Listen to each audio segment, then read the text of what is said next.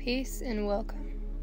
Today we are going to be creating works of art through nature that will help us reconnect to our true identity and start the path to decolonizing our sense of personhood. I am not a professional therapist, and this video is not meant to replace medical treatment.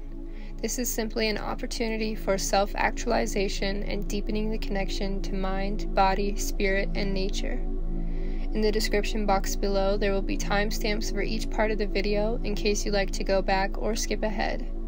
This video was created for you, so take what speaks to you and leave the rest. The first step is being here. Thank you for taking the time out of your day to develop a better relationship and a deeper understanding of self. The second step is choosing your medium. What would you like to create with? Anything can be used as a medium. Some examples include, but are not limited to, markers, magazines, paint, colored pencils, clay, leaves, sticks, mud, watercolors, yarn, and the list goes on.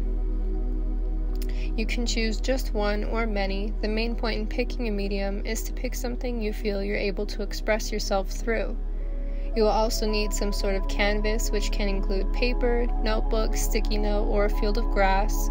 For today's session, you will need one blank canvas. If you choose to use nature as your canvas, I do recommend you do your best not to harm the natural environment. The third step is finding a piece of nature to create in or near. This can be a field or park, your backyard, a plant in your bedroom. No matter how big or small, nature should be present in your creative process to keep you grounded. For today's activity, it will be most helpful to be in an open area of nature. Relaxing nature sounds will play throughout the video, and you can either listen with headphones, put it to the side and let it add to your own natural surroundings, or turn the volume down or pause the video to fully submerge yourself in your own natural setting. Now I'm going to give you a few questions to answer before you get to the creating part of today's session. You can answer these questions on the back of your canvas or in a notebook. The first question is, what is your definition of beauty?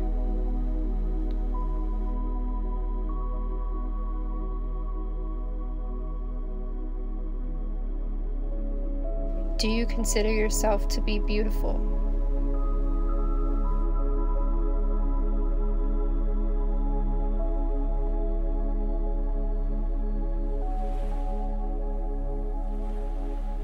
How do you feel when you look in the mirror at your face and or body?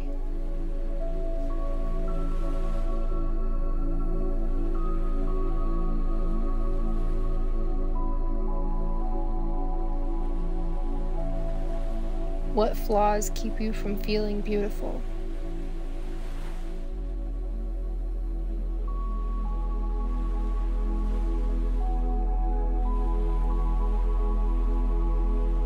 What references do you keep in mind when you think of natural beauty?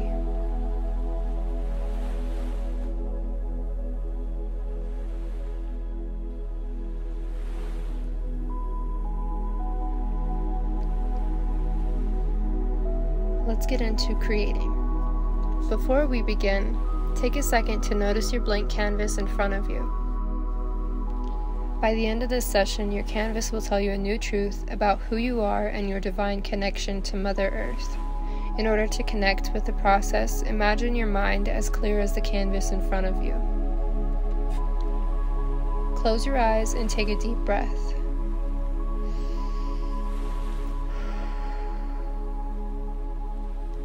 I'm going to tell you a story of a young man who lived many years ago. This young man's name was Narcissus. He was well loved by many and had a habit of loving others that he saw beauty in. One day, Narcissus walked to a nearby pond to get a drink. When he bent over, he saw a beautiful face staring back at him. This was a face so striking he couldn't look away. When he smiled, the face in the pond smiled back at him. He reached out to caress the face, but it disappeared under the surface of the water. Narcissus waited until the water was calm and looked for the beautiful face once more. It had returned. Narcissus spoke to the face. "I can see you care for me just as I care for you. When I smile, you return my smile. Still you won't let me touch you. I will have to be content to stay here and gaze at your face. My heart is filled with love for you. Narcissus had fallen in love with himself. He was so much in love that he forgot to eat and to drink. He became ill, but nothing could bring him away from looking at that gorgeous face in the pond. Finally, he died, and in his place by the pond, a beautiful purple flower grew. The message this story tells us not only includes a warning of the dangers of egotistical thinking, but also a lesson in appreciating beauty for its true nature. Narcissus failed to see the beautiful being that captured his reflection so well, the pond.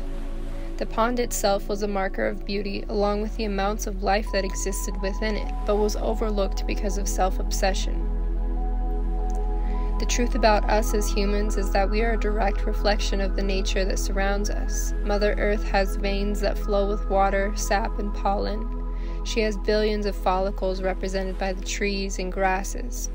Her freckles are the flowers and the butterflies and bees that swarm them. She digests things and uses them for energy. She cools herself with breezes. She sings through the voices of birds and crickets. We have so much in common with Mother Earth that is often overlooked because we've been told our beauty exists in the shapes of our bodies and the shades of our skin.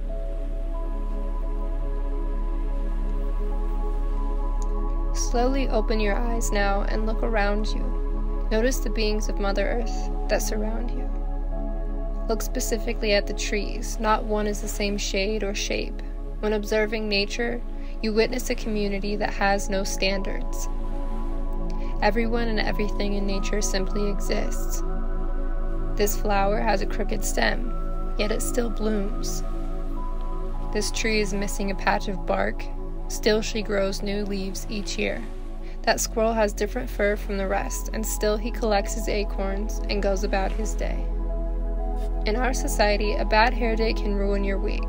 Body dysmorphia can take years from you. Outrageous westernized standards of beauty can and has taken lives.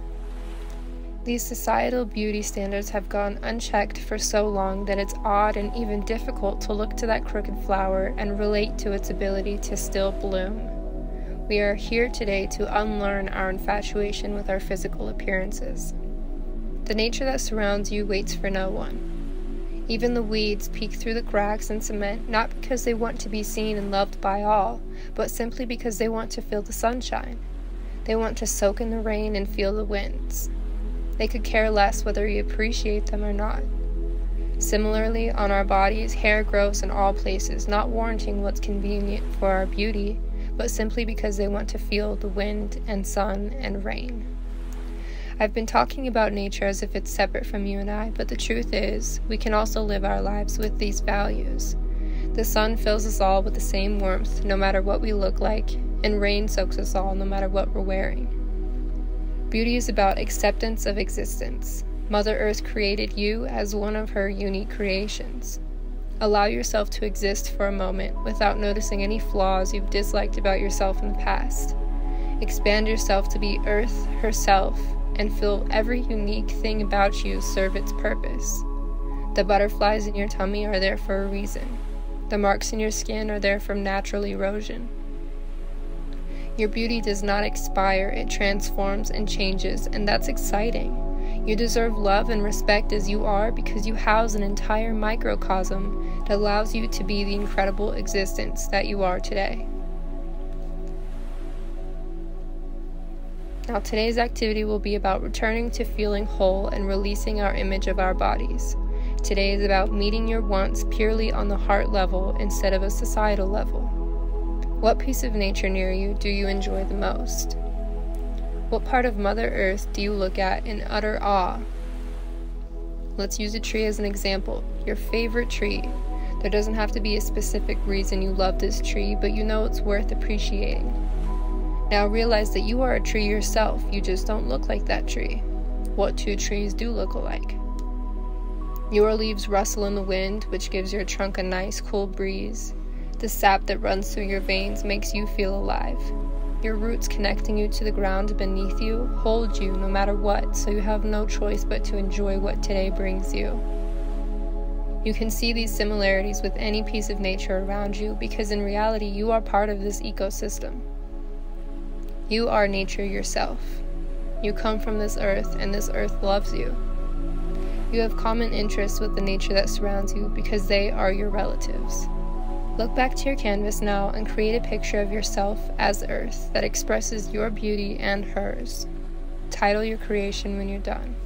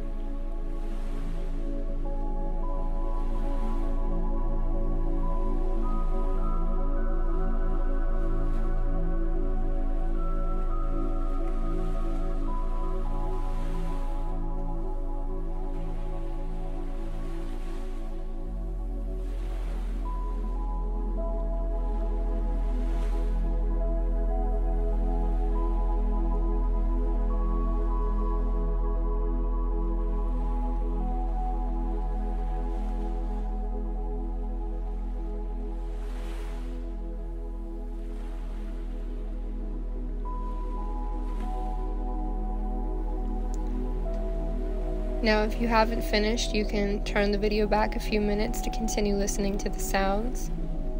If you have finished, I'm going to offer a few reflection questions. You can answer these questions on the back of your canvas or in a notebook or simply in your head, but allow yourself time to ponder each question and answer them truthfully.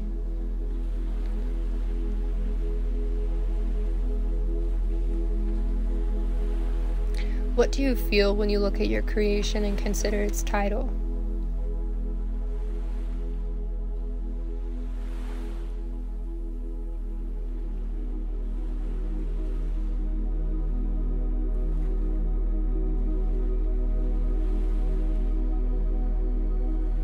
What is nature revealing about you?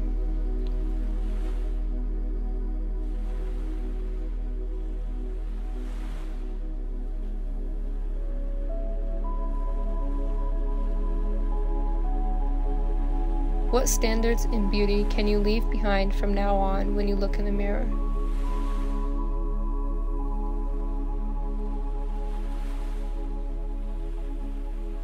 Pick one flaw of yours that you consciously choose to see in a new light of utter beauty.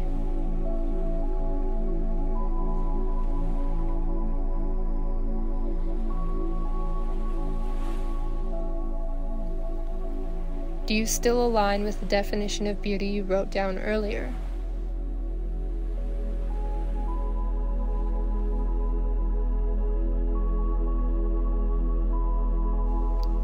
What shifts have occurred in your definition of beauty?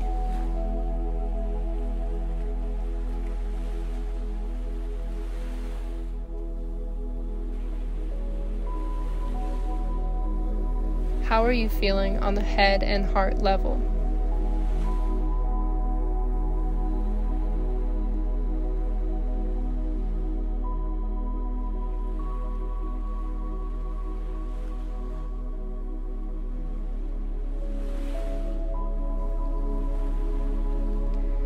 After completing today's session, feel free to hang your creation near your mirror or create a mantra or two from the reflection questions.